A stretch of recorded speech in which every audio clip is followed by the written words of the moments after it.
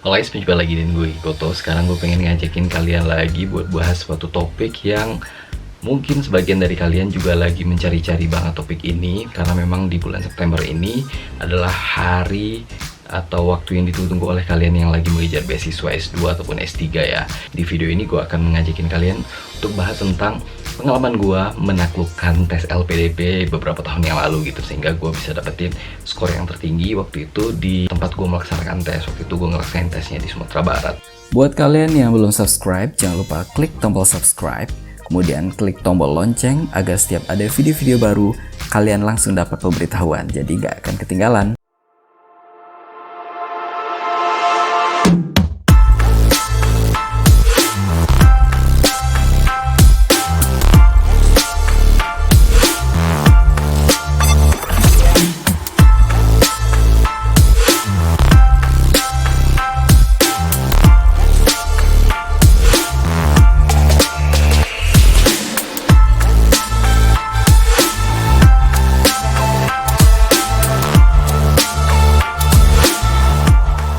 Mungkin gambaran singkatnya dulu, tes LPDP yang waktu gue laksanain, dan itu mungkin nggak akan terlalu jauh berbeda dengan tes LPDP tahun 2021 ini, bahwa tesnya itu terdiri dari dua tahap ya, dua tahap besar, walaupun di masing-masing tahap itu dibagi lagi gitu.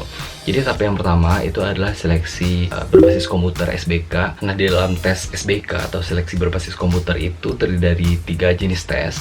Jadi yang pertama itu adalah tes potensi akademik. Jadi kalau misalnya kalian udah pernah ataupun sudah familiar dengan tes-tes TPA Bappenas kayak gitu, atau mungkin jenis TPA-TPA yang lain, nah kira-kira bentuk soalnya mungkin akan diujikan seperti itu ya. Jadi seputar matematika, verbal, tentang silogisme, dan juga tentang analisa. Nah, kemudian selain tes potensi akademik itu ada lagi tes soft kompetensi, mengukur sebenarnya sejauh mana kalian bisa menjadi pribadi yang ideal dalam bermasyarakat kayak gitu. Karena dalam tes itu sebenarnya tidak ada nilai benar dan salah ya, tapi di sana akan ada nilai gradasi. Jadi misalnya kalian akan dihadapkan oleh suatu kondisi dan kalian diberi opsi, misalnya ada 5 opsi. Kalian mau melakukan tindakan apa terhadap kondisi yang diberikan. Di kelima opsi itu akan diberikan skor masing-masing.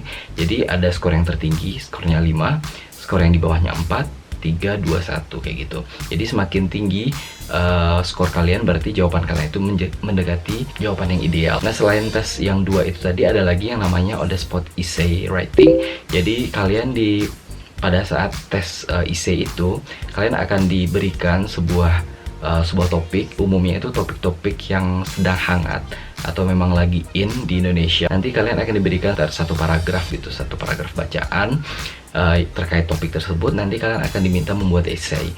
Nah, di membuat essay itu sendiri kalian harus bisa memenuhi komponen-komponen membuat essay yang baik dan benar yang sesuai dengan standar LPDP. Nah, ketika kalian sudah lulus di seleksi berbasis komputer, kalian akan melanjutkan ke tes yang berikutnya, yaitu tes substansi.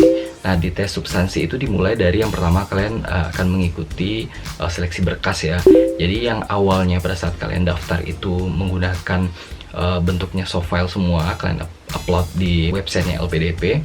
Nanti pada saat seleksi berkas, kalian akan diminta untuk menunjukkan bukti-bukti fisik dari data-data yang kalian upload. Misal contohnya, kalau misalnya kalian di dalam sistem itu menginformasikan bahwa kalian memiliki TOEFL misalnya 550, maka kalian harus menunjukkan bukti sahnya 550 kayak gitu. Atau misalnya kalian pernah mengatakan pada saat kalian mendaftar di websitenya LPDP, kalian pernah menjadi ketua organisasi waktu kalian di kampus, dan kalian pasti akan diminta untuk menunjukkan buktinya nanti secara fisik kayak gitu. Nanti kalian akan masuk ke tes berikutnya, yaitu tes wawancara.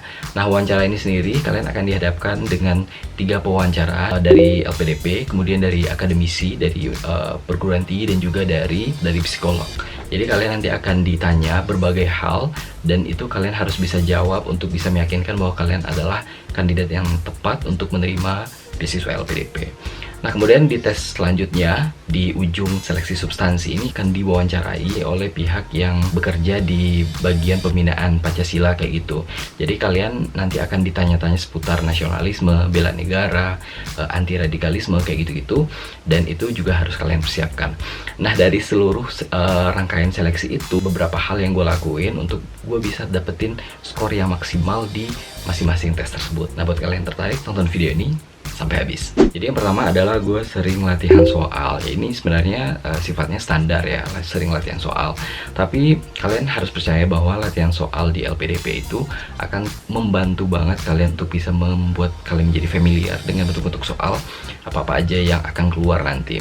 Karena pada prinsipnya soal-soal yang diujikan di dalam tes LPDP itu mirip banget dengan tes-tes yang ada di BPA Bappenas gitu. Jadi kalau misalkan udah pernah tes BPA Bappenas, maka kalian mungkin bisa mencoba mengulang lagi apa-apa aja materi yang pernah kalian pelajari.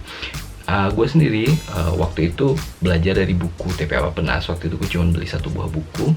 Waktu itu beli di toko buku Gramedia ya. Jadi kalian bisa cek aja. Dan jenis bukunya boleh buku apa aja. Yang penting ada logo TPA Bappenasnya gitu. Karena untuk tes TPA itu kan banyak, dan gue lebih merekomendasikan kalian menggunakan buku tes TPA Bappenas itu, mau seri yang manapun, karena jenisnya juga lumayan banyak oleh penerbit yang juga beberapa macam gitu, itu boleh, jadi boleh yang mana aja.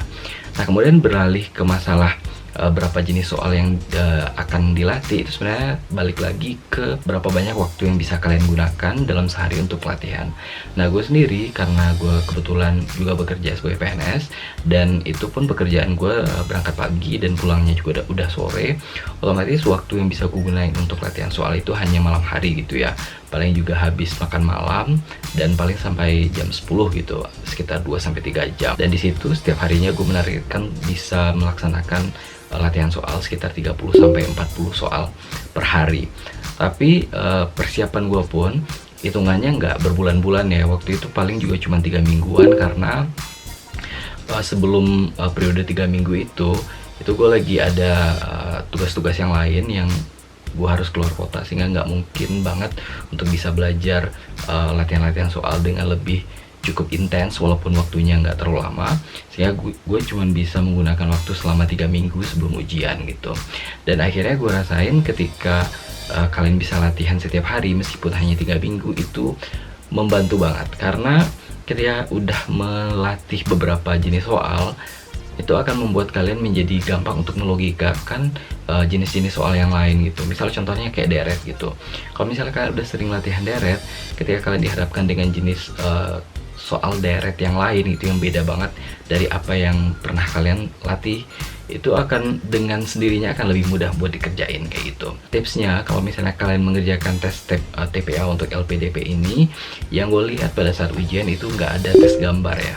Karena kalau misalnya kita lihat di tes TPA yang ada di Oto Bappenas kayak gitu, itu kan ada tes gambar ya, gambar yang diputar, terus juga bisa bentuk deret yang berupa gambar kayak itu. Tapi di dalam tes LPDP itu nggak ada gitu. Jadi kalian fokusin aja ke masalah silogisme, kemudian ke masalah numerik, kemudian ke masalah verbal kayak gitu-gitu, dan masalah analitik, soal-soal cerita kayak gitu. Biasanya kalau soal cerita itu kalian dikasih satu kasus yang lumayan panjang, yang dibikin agak ribet gitu kan, dan itu untuk menjawab beberapa buah pertanyaan kayak gitu. Nah itu kalian fokusin di situ aja. Dan mungkin untuk rincian materi-materi apa aja itu gue sudah bikin videonya di sini, kalian bisa cek aja. Kemudian nanti juga mungkin gue akan bisa bikin kayak semacam tryoutnya, contoh soal dan pembahasannya. Nanti kalian bisa tungguin aja, nanti akan gue bikin soal-soal yang kemungkinan mirip dengan apa yang akan keluar di tes LPDP, dan itu juga gue dapetin dari beberapa awardee yang juga sudah pernah lulus di LPDP, baik yang sebelum gue ataupun yang setelah gua gitu. Jadi mereka yang sudah pernah ujian mungkin masih ingat pola-pola soal seperti apa, nanti akan gue sampaikan kepada kalian dalam video terpisah. Nah itu persiapan untuk yang tes potensi akademik ya. Jadi lebih sering latihan soal aja. Jadi kalian nggak usah terlalu ngoyo harus latihan dari pagi sampai sore, itu nggak perlu, karena kalaupun kalian melaksanakan latihan soal terlalu sering akan membuat kalian menjadi jenuh, sehingga akhirnya belajarnya jadi nggak efektif dan materinya juga nggak banyak yang bisa kalian pahami kayak gitu kan. Seperti yang gue pernah sampaikan juga sebelumnya ke kalian, bahwa pada saat tes LPDP ini, setelah kalian melakukan tes potensi akademik, nanti kan kalian akan diuji dengan soft kompetensi dan menulis essay on the spot gitu. Jadi dalam menulis essay on the spot itu kalian cuma dikasih waktu 30 menit dan dikasih satu topik tertentu, yang umumnya adalah topik-topik yang lagi hot atau yang lagi booming yang ada di Indonesia. Kalau misalnya kita lihat sekarang kan yang kasus yang lumayan besar itu masalah COVID ya, masalah COVID, masalah vaksinasi, masalah PPKM kayak gitu. Kemudian bisa juga kalau misalnya kalian lihat juga kasus yang sempat booming juga sebelum-sebelum ini adalah masalah kasus Jiwasraya kayak gitu. Itu kan yang kasus yang lumayan heboh secara nasional. Nah, topik-topik seperti itu yang harus sering kalian update informasinya. Kalian sering-sering baca di internet, kemudian kalian sering baca di koran juga mungkin kayak gitu. Dan itu bisa jadi menambah informasi yang bisa kalian gunakan untuk mengembangkan ide-ide kalian dalam menulis esai tersebut. Jadi dalam esai itu nanti kalian coba berlatih membuat esai yang menjawab permasalahan yang ada dalam kasus-kasus yang tadi. Sebagai contoh misalnya masalah COVID gitu kan, kalian harus identifikasi dulu permasalahan di COVID itu apa. Misalnya pengaruh COVID itu terhadap usaha kecil dan menengah. Nah itu bisa kalian tuangkan ke dalam esai.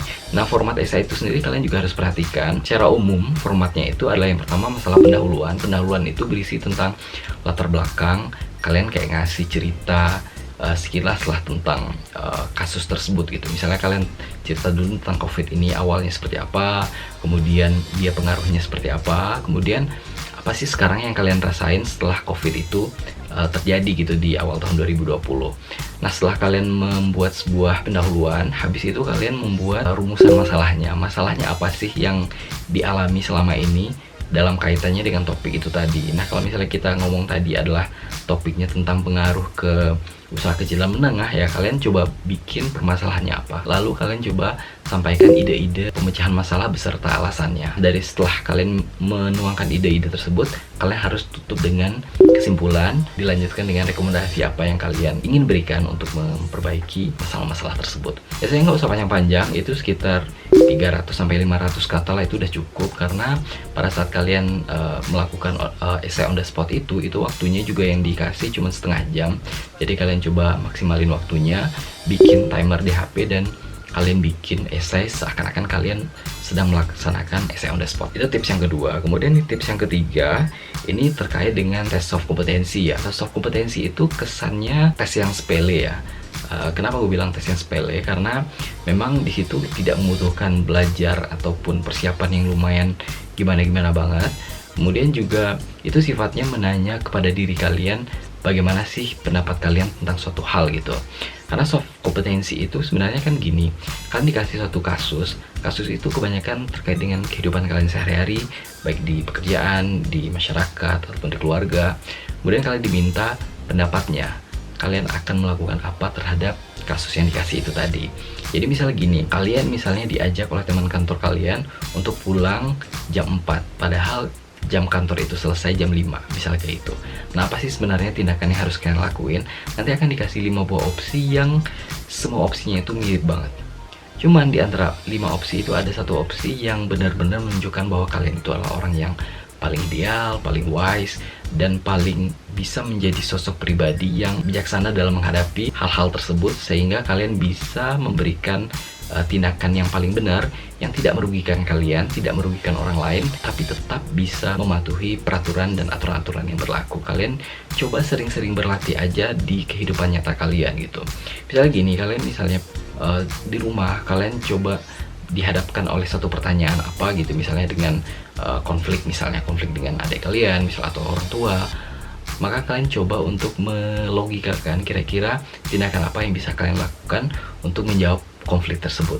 Itu juga bisa kalian lakukan di saat kalian di kantor misalnya,